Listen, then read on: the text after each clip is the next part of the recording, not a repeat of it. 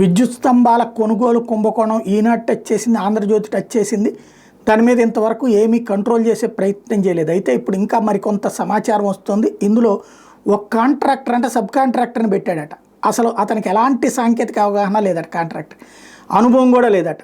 అయినా కూడా కాంట్రాక్టర్కి వచ్చారు.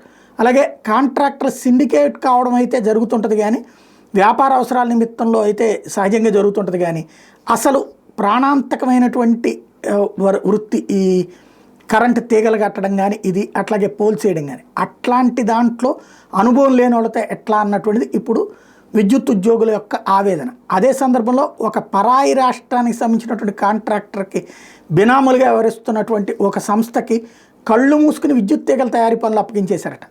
ఆ సదరు కాంట్రాక్టర్కి హైదరాబాదులో ఎక్కడ ఉత్పత్తి చేస్తున్నా కూడా తెలియదట విద్యుత్ తీగలు. అలాగే విద్యుత్ పంపిణీ సంస్థలో చాలామందికి అసలు ఆ విద్యుత్ తీగలు అసలు ఎక్కడి నుంచి ఎలా ఉత్పత్తి చేస్తున్నది తెలియని పరిస్థితి ఉంది అన్నటువంటి విషయాన్ని చెప్తున్నారు.